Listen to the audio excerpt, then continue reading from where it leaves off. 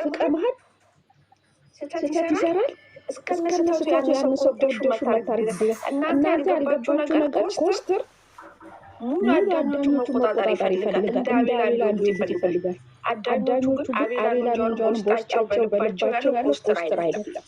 የእሱ ደጋፊዎች ደግሞ ግንቦይ ወደዋት አይደለም። እንደ አቤሊ አዳኞቹ እንዲወዱት ነው የኮስተርን እህቴ የሚሏት። አትሞኙ። ይውደዱት እኮ እሱ ወንድማችን ይውደዱት። ኮስተርም ወንድማችን ነው፣ ይሄም ወንድማችን ነው። ግን የሚያደርገው ነገር ትክክል አይደለም። ማርያም እሱ ላይ ቢሆን ይሄ ነገር እሱ ላይ ሀብን ቢያደርግን እሱ ይቀበላል? አምኖ አይቀበልም። አንድ ሰው አምኖ መከዳት ማለት በጣም ይከብዳል። ማርያምን እንዴ እዚህ እሱ ከመጣበት ቀን ጀምሮ እንዴት ታውቃላችሁ? እኛ ቁጭ ብለን የምናነሱ ሁለት አንድ ላይ ሲመጡ እንዴት ነው ሀሳብ እናደርጋለን።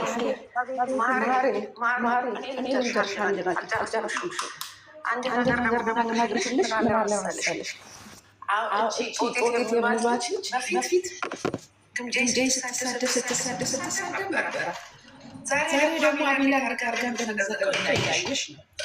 ለዚህ እናንተ ያልገባችሁ ምን አለ መሰለሽ፣ እናንተ ማርያምን ደጋፊዎች አሉ። ችግሩ አብሯቸው ያለ ሰው እኔ ማርያም እኔ የሆነ ሰው ማለት አሁን ራሱን እያሳደገ ሁለቱ እንዳይታረፍ ነው አይፈልግ ሰው ትክክል። ሶስቱ አይፈልጉም። ይዘን እሙዬ ለምን እንዲያለች ትዳርሽ ትበቃለች።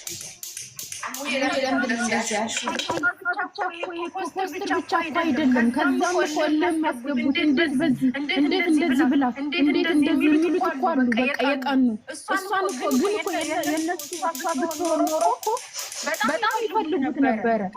አይደለ? ግን እሱ እንዳያድጉ በቃ እሱን መስለው ተመሳስለው የሚኖሩ እኮ አሉ። እነዛ ደግሞ እነሱ ሁለት ልጆች ነበሩ ማሸነፍ ያለባቸው። እኔ እኮ በውስጥ ላይ ተጽፈፍ ያለው መልሶልኛል። በሰው ፍቅር መካከል አንገባም። አብረን እንደሆነ አልጠራጠርም። ደግሞ አንባባነት አብረው ሲመጡ አትራቸዋለሁ ነው ያለኝ። እንደሚወደዱ እዛው ቅርብ ያለ ሰው የሚያውቅ ሰው እያወቀ እዚህ ጋር የእንትና ሰው እያላቸው እኛ ስራ ባልደረባ ምናምን አትበሉ። ያውቃሉ እዛው ያሉት ምን እንደነበሩ። ልጆቹም ደግሞ ተናግረዋል እዚህ ጋር። በሰው መካከል አሁንም አትግቡ።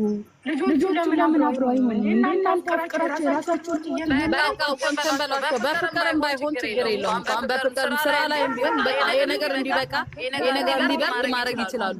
በቃ